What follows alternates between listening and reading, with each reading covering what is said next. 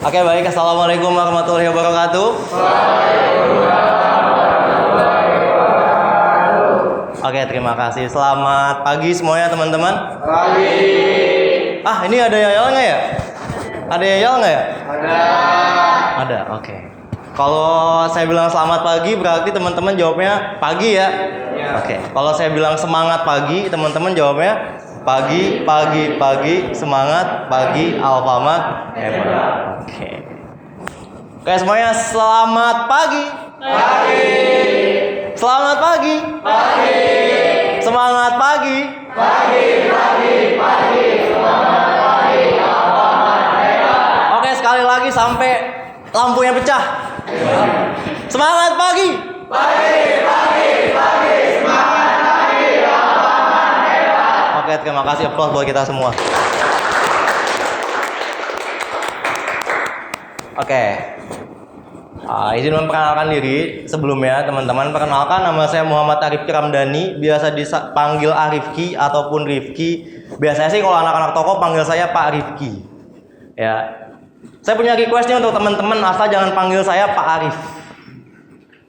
Saya nggak suka dipanggil Pak Arif, jujur kenapa? Karena Arif ini menurut saya namanya banyak sekali di Indonesia. Dan terlalu Arabiah, terlalu bahasa Arab banget. Jadi ya memang nama saya depannya ada Muhammadnya, tapi ya saya tidak senang dipanggil Arif. Jadi bisa panggil saya Pak Rifki ataupun Arifki. Oke, saya dari Departemen People Development, ya, dari divisi Learning and Development. Jadi saya ini di Alfamart udah 1 tahun. Nah, tepat bulan ini saya anniversary nih sama Alfamart. Tepatnya di tanggal 28 November. Wih, Enif nih. Ya kan kalau sama pacar Enif kayak ya ada ininya lah ya, ada perayaannya. Nah, saya juga nanti sama Alfamart tanggal 28. Oh, langsung ada perayaannya. Tahu nggak teman-teman apa? Gajian. Perayaannya gajian langsung saya tuh tanggal 28 sama Alfamart. Alhamdulillah. Jadi saya tepat 1 tahun di Alfamart pada bulan ini. Ya. Jadi saya kok dulu kalau misalkan melamar ke sini, saya bukan dari toko sebelumnya, teman-teman. Saya melamar ke sini dari eksternal, jadi langsung daftar jadi branch trainer. Tapi saya juga pernah ngalamin kayak teman-teman nih, rambutnya botak, ya enggak? Kalau kena AC nih, adem banget gitu ya. Nah terus, saya juga dulu kalau training, dulu saya punya trainer di sini. Yang sekarang malah jadi kolega saya, namanya Pak Dwi. Mungkin teman-teman juga kenal lah sama Pak Dwi. Udah pernah masuk kelas belum? Oh udah ya? Oke. Jadi dia dulu trainer saya. Nah, jadi dulu saya juga sama kayak teman-teman ikut training dulu selama, kalau training selection kan ada virtual fase ya, kalau nggak salah 3 hari. Lalu ada in class learning selama 9 hari ya. Lalu role play itu 3 hari. Saya juga sama kayak teman-teman dulu ikut fase itu semua, ikut training itu semua. Kadang merasa capek banget ya udah ikut training, terus tiba-tiba pulang harus disuruh isi kuis lagi, capek. Ya nggak sih, apalagi hari kelima nih teman-teman. Kuisnya berapa sih? Kalau saya dulu bukan 31, sekarang 31 ya? Kalau saya dulu 33. Beda 2 doang. Tapi saya 33 kuisnya dulu. Nah, kadang kayak merasa capek, udah ikut training selama seharian, terus saya juga pulang kan lumayan jauh, jarak dari sini ke rumah tuh sekitar 45 menit. Ya jadi kalau pulang nyampe rumah maghrib itu langsung join kuis. Kalau enggak tuh nanti di teror lah, kuis. Nah, kayak gitu. Jadi ya izinkan perkenalkan saya Arifki dari tim Learning and Development cabang Bogor. Nah, saya di sini ingin menjelaskan mengenai learn not to give up. Ada yang tahu artinya apa ini? Belajar untuk tidak menyerah. Kalau kita berbicara mengenai belajar untuk tidak menyerah, mungkin setiap orang punya fase ataupun punya titik di mana dia ini pernah pengen nyerah sih untuk menjalani hidupnya. Bener nggak? Kalau saya jujur dulu ketika saya kerja di Alfamart, saya pengen banget nyerah. Kenapa? Karena saya dulu masuk toko, istilahnya OJT. Saya OJT di toko. Ini kalau nggak salah hari kedua saya minus langsung jebret 600.000. Di situ titik saya sampai titik itu saya pengen ngerasa diri saya ini pengen menyerah lah. Kayak kerja gini banget ya, belum gajian tapi harus bayar minus, karena kan kalau minus kasiran tuh ya otomatis harus dibayar pada saat itu juga dong. Nah di situ diri saya kayak bukan kayaknya sih, cuman kayak merasanya kayaknya nggak cocok di Alfamart, ini bukan passion gue, bukan passion saya. Jadi diri ini pengen menyerah aja gitu bawaannya. Nah di sini kita akan belajar nih bagaimana caranya untuk tidak menyerah. Sebenarnya bukan belajar, tapi lebih ke sharing lebih tepatnya. Mungkin dari teman-teman juga pernah punya pengalaman di sini kayak hidupnya ya mungkin hidup ini terlalu berat untuk dijalani. Ya, jadi nah inilah learn not to give up, belajar untuk tidak menyerah. Dalam hal apa teman-teman merasa kalian ini pengen menyerah? Ada yang mau gue cerita nggak? Mungkin ada di sini ada yang punya pengalaman. Saya jujur pasti teman-teman di sini pasti punya pengalaman dari berbagai macam background, latar belakang, pasti teman-teman punya. Ya mungkin ya, pas saya putus cinta, pengen menyerah aja deh. Kayaknya hidup ini terlalu berat Pak kalau tanpa dia seorang. Saya nggak bisa makan. Mungkin adalah. Ada yang mau cerita nggak? Silakan Mas, perkenalkan dirinya, namanya siapa? Perkenalan diri ya. Oke. Nama saya Muhammad Fadila Andra, saya dari Pelawan. Oke, Pelawan. Dalam hal saya merasa ingin menyerah. Mungkin pas saya waktu benar-benar graduate ya, dimana mimpi saya ingin berkuliah, saya ingin berkuliah saya sampai saya sudah masuk siswa eligible sampai nilai yang tertinggi alhamdulillahnya. Tapi saya ikut SNMPTN, saya sudah mencoba dan tidak ada yang keterima. Walaupun saya sudah menurunkan itu kan saya tahu itu hoki-hokian SNMPTN ya, tapi ya saja kenapa yang mohon maaf di bawah saya yang nilainya dia yang terima dengan saya tidak. Terus saya berjalan saya tidak mempunyai mimpi karena mimpi yang saya inginkan belum tercapai. Jadi untuk saat ini saya ikut alur aja kayak. Tapi di luar kita ada hikmahnya juga. Alhamdulillahnya kalau saya melamar kemana-mana sampai ke perusahaan yang berbeda saja saya alhamdulillah terima. Mungkin saya menyerahnya saya tidak punya tujuan. Mungkin saya cuma ikut alur salin sampai sekarang sih Pak. Terima kasih. Oke, jadi dulu sempat pengen ikut SNMPTN, ikut malah ya? Iya udah. Oke, SNMPTN tuh kalau saya boleh garis bawah ini dari sekolah ya? Iya. Bener ya, dari sekolah ya? Jadi yang nilai rapot tuh ya kalau nggak salah ya? Kalau SBM tuh kalau nggak salah yang ujian ya? Oke. Dulu pengen kuliah nih, masuk universitas mana? Kalau boleh tahu. Oh pengen Unpad, jurusan Bahasa Sunda. Bahasa Sunda. Berarti ya kalau bahasa Sunda, kalau nggak jadi sastrawan Sundanya ya pengennya jadi guru bahasa Sunda, mungkin begitu ya. Oke. Itu tahun berapa Mas? Tahun 2021 baru kemarin ya? Baru kemarin. Nah gimana kamu nyikapinnya? Dari rasa itu, nangis. Oke. Ya Allah. Enggak lah ya, nggak mungkin kayak gitu lah ya. Itulah. Nah, mungkin tadi dari Mas Rifki ya ceritanya seperti itu ya. Merasa dirinya bahwa diri dia pengen menyerah karena ya udah coba SNMPTN, betul ya, udah coba SBM, tapi pas dia pengen masuk ke salah satu universitas ternama yang dia pengen banget, dia ini malah nggak tembus-tembus ya, bener nggak? Bahkan merasa iri. Kok si dia bisa nih? Nilainya lebih rendah daripada gua, dia bisa. Sedangkan gue yang nilainya lebih tinggi, itu malah nggak bisa. Nah, mungkin dia langsung menyerah. Mungkin Mas Rifki merasa dirinya gagal dan menyerah.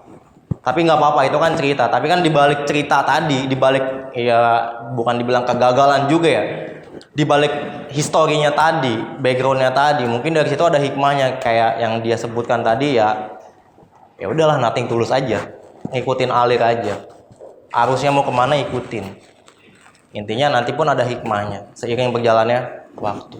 Nah, mungkin sini ada lagi yang ya gagal lah masalah percintaan. Ada nggak? Biasanya cewek nih, aduh Pak, saya ini kalau misalkan dipikir-pikir kalau masalah percintaan nih selalu kalau bahasa sekarang tuh nice try ya.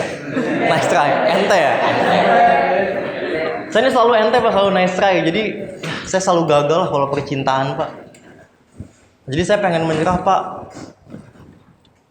Mungkin kayak percintaan saya ini selalu, ya saya selalu dikekang Pak. Saya tuh nggak bisa orangnya dikekang.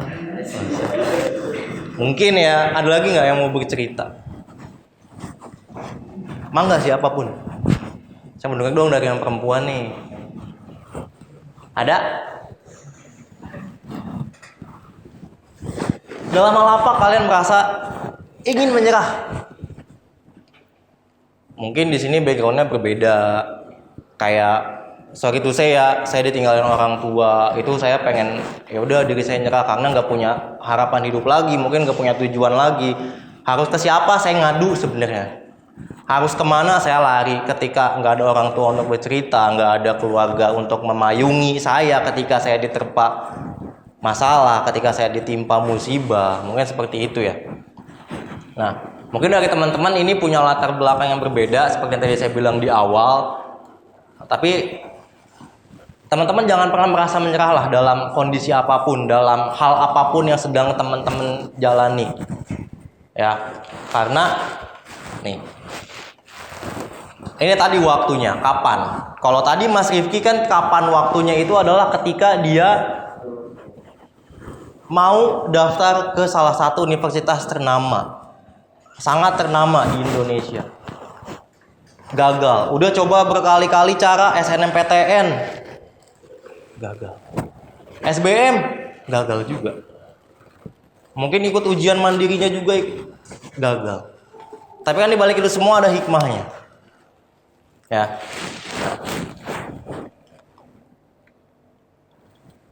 Lawan diri Anda ketika Anda mulai menyerah. Teman-teman pasti sekarang punya caranya untuk menanggulangi rasa menyerah tersebut. Teman-teman punya kuncinya.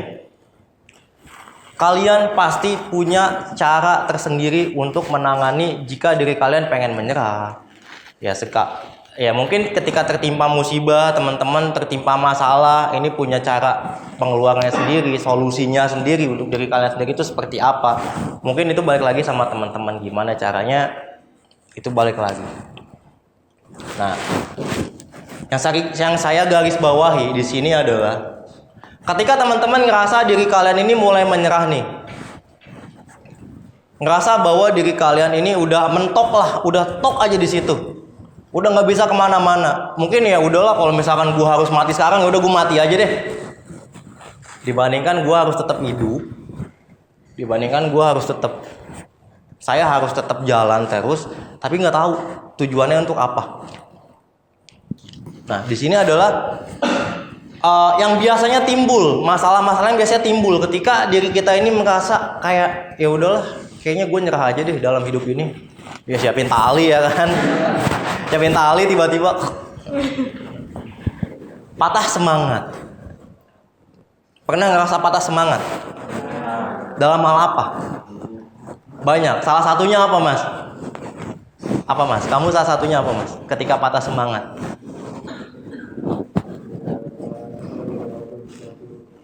Gagal sesuatu. Apa nih? Sama kayak tujuan ke depan. Oke, nyoba SBMPTN. Patah semangat. Di sini ada yang pernah kerja sebelumnya? Pernah kerja? Oh, kenapa keluar? Kamu kenapa, Mas? Iya. Orangnya Cina, jadi ngebanding-bandingin. Banding-banding. Iya. Maksudnya gimana nih? Banding itu gimana? Dulu kan sempat kerja selama 1 bulan, 2 bulan, 3 bulan. Nah, dia perjanjian itu awal bulan itu dulu tuh gaji itu nggak rata sama rata. Nah, sedangkan pas udah pelajaran 6 bulan itu lagi rame-ramenya restoran. Nah, itu baru dibagi-bagi. Dan saya bagiannya paling bawah. Oke. Berarti ada target dong. Di situ ada target. Nah, kamu nih posisinya mungkin paling bawah, paling rendah targetnya, betul ya? Nah, mungkin di situ kamu kayak ngerasa, oh kok gue dibanding-banding ya? Kok kayak gue nih selalu jadi kambing hitamnya, yang selalu tersorot, bener ya? Nah, mungkin di situ kamu ngerasa patah semangat kayak mungkin ya udahlah, mungkin ini kamu resign apa diputus? Oh resign. Nah, artinya kalau resign kan di situ ada sebuah perasaan yang mungkin di situ menitik beratkan bahwa ya udahlah kayaknya gue nggak bisa kerja di sini terus. Kayaknya perusahaan ini memang nggak cocok untuk kita. Bukan passion kita dalam bekerja. Mungkin di situ patah semangat kayak ya udah target tidak tercapai mungkin. Lalu ketika kerja setengah hati, bener nggak? Itu kerja apa mas? Kalau boleh tahu? Waiters. Di Go Grill ah. Oke. Oh ya, I see. Nah mungkin ya balik lagi di situ kehilangan semangat, patah semangat. Nah mungkin ya balik lagi seperti hubungan percintaan lah. Makan tak enak. Ketika putus deh, misalkan putus, teman-teman putus. Hal pertama ketika putus apa sih yang teman-teman rasain? Aduh pak, saya menangis. Ngapain lagi? Saya menangis pak. Biasanya perempuan ya. Iya nggak apa-apa. Biasanya kayak gitu ya. Nah mungkin kayak putus cinta lah, kehilangan semangat ketika tadinya kalau misalkan bangun tidur, teman-teman buka HP, notifikasi, ada bubble chat dari misalkan namanya Ayang Love Biru. Ya. Ada notifikasi bubble chat, selamat pagi sayangku, cintaku, duniaku. Hari ini kesibukannya ngapain? Ya Allah. Tapi ketika putus ya, notifikasi itu mungkin hilang. Tidak ada lagi. Teman-teman mau chat siapa lagi? Mau lihat notifikasi siapa lagi? Ya mungkin ada nggak ketika training ini hari keberapa? 6 ya? Ada nggak sih yang lagi training ini putus sama pacarnya? Ada nggak? Nggak ada ya? Mungkin kalau misalkan ada nih lagi training putus, tiba-tiba ngelihat handphone notifikasi, tadinya semangat ya sayang trainingnya. Tiba-tiba notifikasi yang muncul adalah di grup, jangan lupa sekarang ada senam ya, jangan lupa senam pagi, jangan lupa ngerjain kuis ya teman-teman. Tapi bukan semangat lagi ya sayang. Kehilangan semangat, akhirnya kehilangan semangat, patah semangat. Jadi seakan-akan hidup ini nggak bergairah lah. Kayak ya udah, separuh jiwa gua nih hilang. Separuh hati saya nih hilang ketika saya putus dengannya. Nah, next. Tadi patah semangat nih. Kedua, dunia ini terasa hancur. Mungkin lebih banget ya kalau dunia terasa hancur ya. Kayak Allah, gua harus ngapain lagi ini? Saya harus berbuat apa? Tapi mungkin ini kejadian ke beberapa orang ya. Mungkin kejadian juga ke diri saya sendiri. Jujur. Sedikit cerita, mungkin ketika putus saya ini dulu ya benar-benar berharap lah kayak kayaknya dia nih orangnya. Kayaknya dia nih orangnya. Ini kayak dia jodoh saya. Tapi ternyata setelah putus ya Allah, kayak dunia ini hancur, nggak ada lagi yang untuk saya bercerita. Mungkin biasanya kita sharing mungkin ya, lebih ke sharing bukan bercerita. Sharing kayak hari ini gimana. Nah gitu ya kalau pacaran, hari ini gimana. Ada masalah apa di kantor, kayak gimana. Ya, mungkin tadinya punya teman untuk bercerita, punya teman untuk ya bertukar pikiran. Atau ketika ada ide-ide di otak kalian, ini kalian bisa utarain ke dia, kayaknya aku mau bikin ini deh yang kayaknya bisa nih kita bisnis ini, mungkin ya, mungkin. Tapi setelah putus, setelah tidak ada ayang, mungkin kita merasa dunia kita ini hancur. Dan bahkan hidup ini udah gak berarti lagi.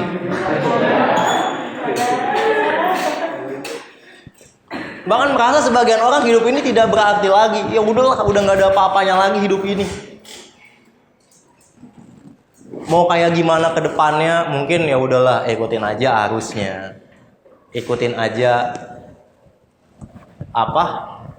Ya ada peribahasa sih dulu pernah dengar, let it flow. Let it flow. Apa tuh let it flow? Ya, mengalir aja seperti air ya. Jadi let it flow aja lah. Nah, mungkin sebagian orang merasakan ketiga ini nih, ketiga macam kalau gejala kayaknya kayak penyakit banget ya. Ketiga apa nih masalah ini mungkin merasakan kayak patah semangat tadi, dunia terasa hancur. Lalu ketiga ada hidup tak berarti lagi. Mungkin ketiga orang atau ketiga faktor ini bisa jadi ada di diri kalian masing-masing, atau bahkan salah satunya pun ada, nggak menuntut semuanya. Nah, ini adalah cara penyelesaiannya. Ini bukan yang efektif, tapi ini adalah caranya, salah satu caranya. Mungkin ini bisa relate untuk kalian, bisa relate juga untuk saya atau untuk semuanya. Jadi pertama adalah carilah teman berbicara. Bukan cari teman bercerita, tapi cari teman untuk berbicara. Karena kita, contoh gini deh, punya masalah. Gak mungkin kita ini cuman pengen ngutarain doang.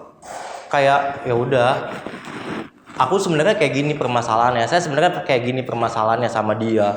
Jadi awalnya putus tuh karena ini, karena A, misalkan saya diselingkuhin, aku ini dia tuh bertindak kasar sama saya.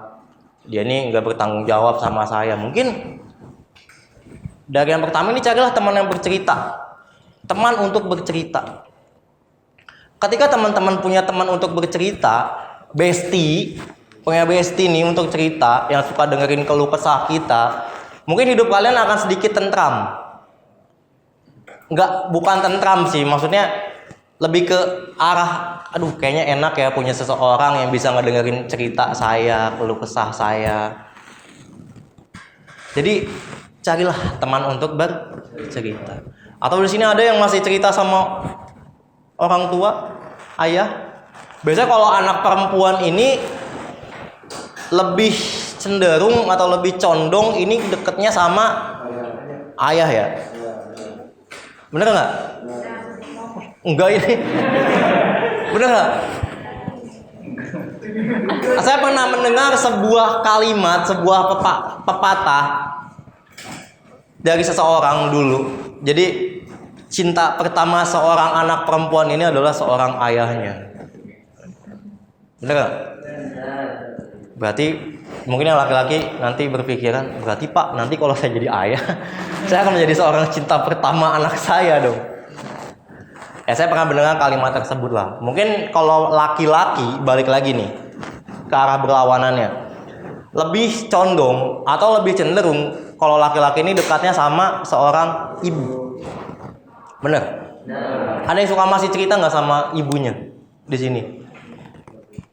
Sana yang laki-laki. Ada nggak yang laki-laki? Masih? Kamu masih mas? Oke. Terakhir cerita apa?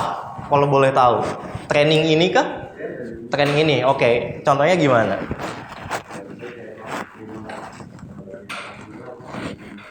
Alhamdulillah udah diterima gitu ya. Terus nanya nggak sih kayak orang tua nih? Jujur kalau orang tua saya dulu sering bertanya ketika keseharian saya selesai training ini, ya gimana trainingnya, dapat pelajaran apa, apakah Anda di take out atau tidak? Ya jadi sering bertanya lah. Itu waktunya sering mas cerita tuh. Sering. Setiap hari? Oke. Ada juga yang canggung ya sama orang tuanya ya? Ada. Mungkin sekarang lebih banyak ya kalau anak-anak muda sekarang ya. Lebih banyak anak-anak yang cenderung ini malu untuk bercerita sama orang tua. Dia ini lebih percaya kalau misalkan bercerita semuanya diceritain ke pacarnya. Bener gak?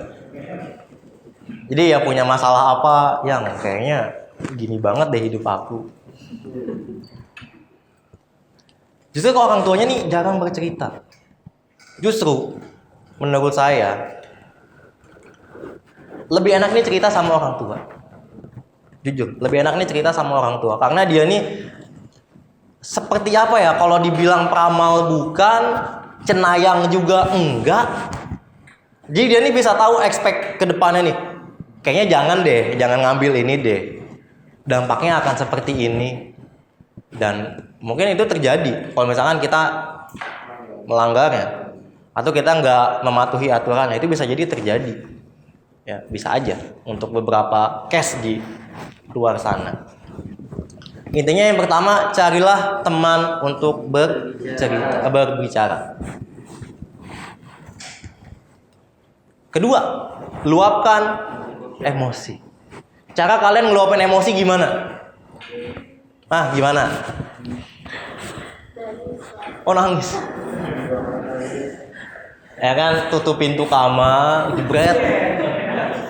Matiin lampu. Nyalain sound system mungkin. Buka Spotify. Cari playlist lagu galau Indonesia. Ya. Enggak, saya enggak sering. Cara luapan emosi kalian gimana sih? Selain nangis ada nggak? Mungkin kayak healing, jalan-jalan. Ada? Hah? Wih, nyilet? Ada nggak? Kan banyak ya cara meluapkan emosi ini kayak self reward. Salah satunya. Sebenarnya kalau self reward ini bukan dia untuk meluapkan emosi, cuman dia ini agak sedikit berkedok hedon.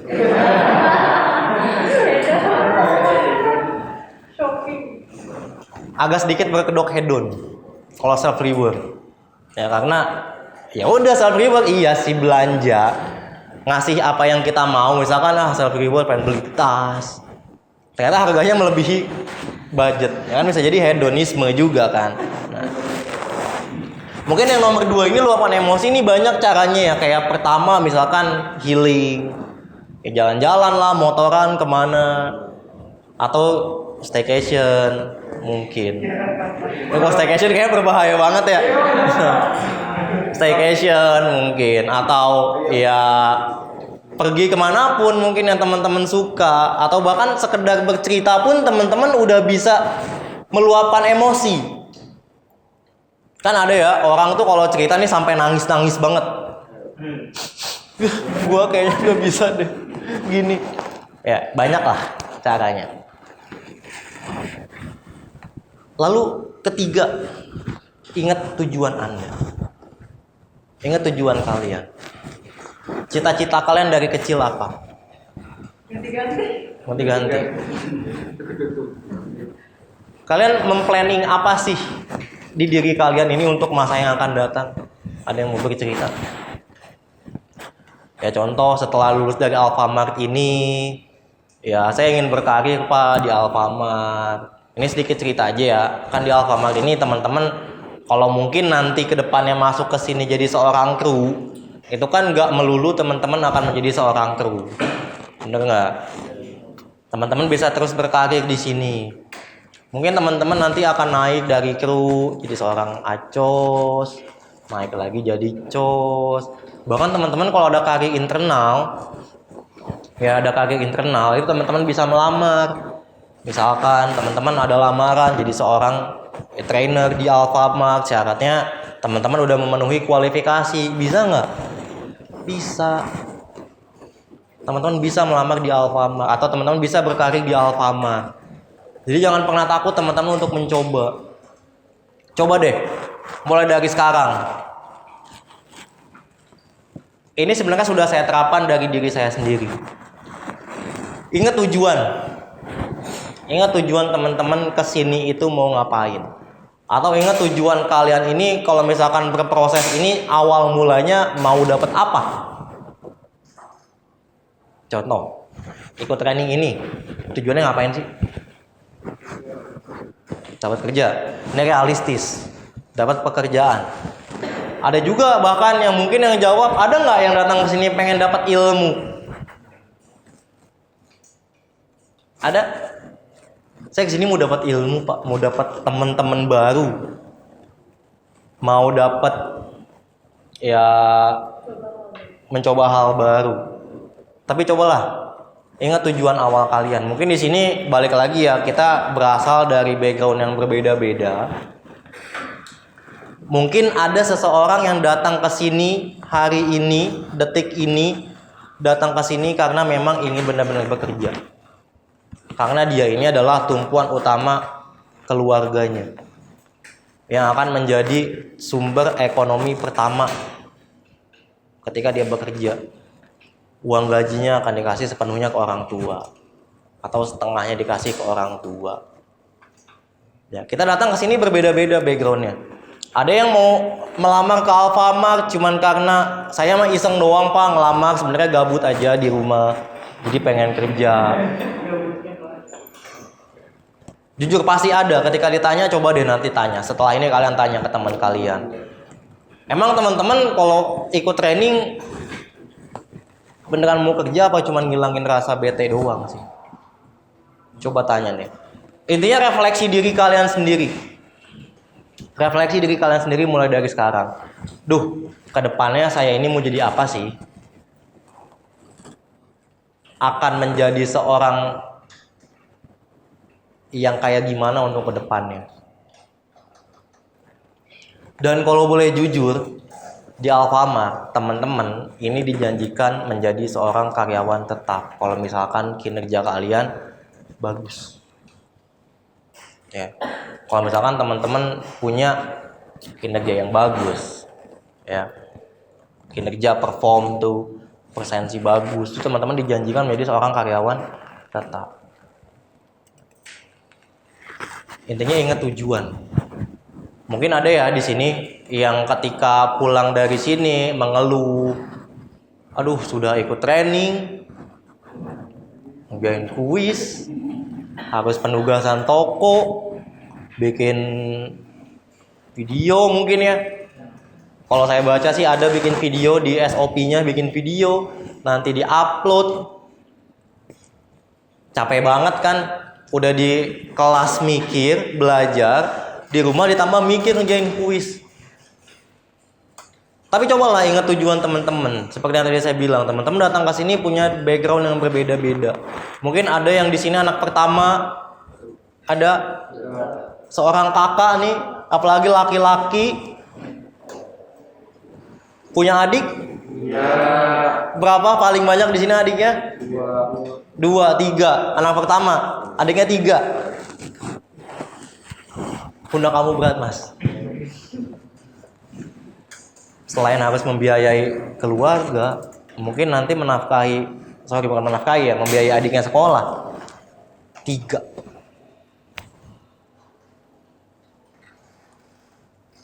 Intinya ketika teman-teman ngerasa diri kalian ini mulai capek, menyerah, ingat tujuannya aja. Datang ke sini, teman-teman pun kan butuh biaya. Berapa sih biaya yang kalian keluarin? Besar nggak sih? Besar ya? Ongkos pulang pergi, anggaplah seperti itu. Belum lagi uang jajan teman-teman ketika di sini, betul ya? Belum lagi hal apapun ini yang harus teman-teman keluarkan biayanya. Kayak bikin berkas administrasi kekurangannya. Itu kan pakai uang juga ya, nggak serta-merta gratis. Nah, intinya ingat kembali tujuannya. Ya. Jangan sampai teman-teman menyerah gitu aja. Orang tua teman-teman, orang tua kalian datang ke sini kalian setiap hari. Saya rasa sudah sangat senang melihat kalian menggunakan seragam. Pasti berpikiran, oh sebentar lagi anak saya punya sebuah pekerjaan. Akan mendapat sebuah pekerjaan. Mempunyai penghasilan, gaji. Seenggaknya teman-teman nanti berpikir, oh iya ketika nanti saya bekerja, nanti ada yang nanggung biaya untuk beli beras. Ada biaya yang ditanggung untuk membeli minyak, membayar listrik misalkan. Jadi ingat tujuannya, jangan sampai teman-teman menyerah begitu aja. Karena ketika kita menyerah artinya ya kita cuman jadi seorang manusia yang gak bisa ngapa-ngapain, gak ada gunanya hidup.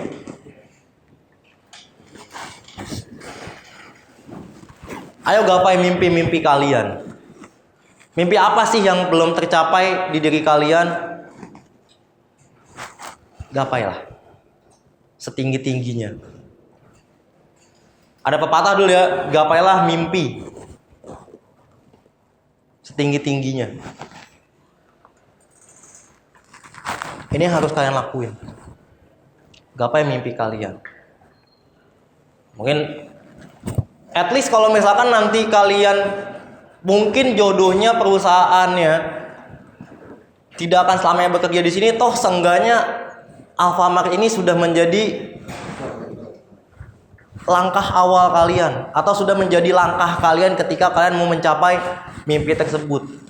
Mungkin kayak tadi Mas Rifki mau kuliah, mungkin ya terhalang budget, bisa jadi mungkin ada yang pengen kuliah lagi terhalang budget, mungkin dari Alfamart nanti saya bisa kuliah dibiayai oleh Alfamart, uangnya dari Alfamart untuk bayarnya, dari penghasilan saya sendiri, upah saya sendiri, keringat saya sendiri. Gapai mimpi kalian. Mungkin di sini kalian pengen jadi seorang area manager, ya, pengen jadi manajer di sini. Gapai. Jangan pernah takut bermimpi, intinya. Mimpilah setinggi-tingginya.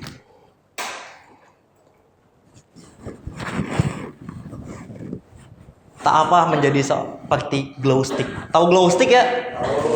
Glow stick yang gimana sih? Yang harus dipatahin dulu ya, baru nanti dia tuh nyala. Gak apa-apa teman-teman jadi seperti sebuah glow stick. Terkadang kita harus patah dulu sebelum kita bersinar. Wih, keren ya.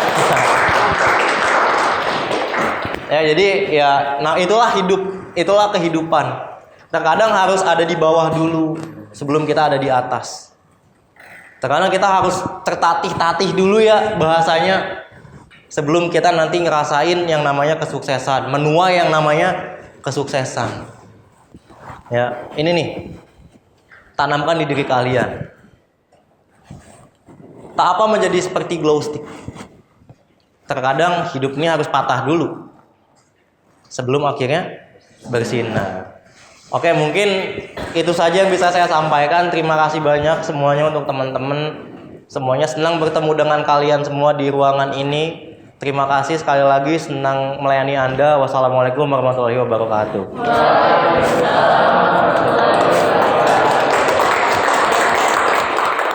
Oke, thank you.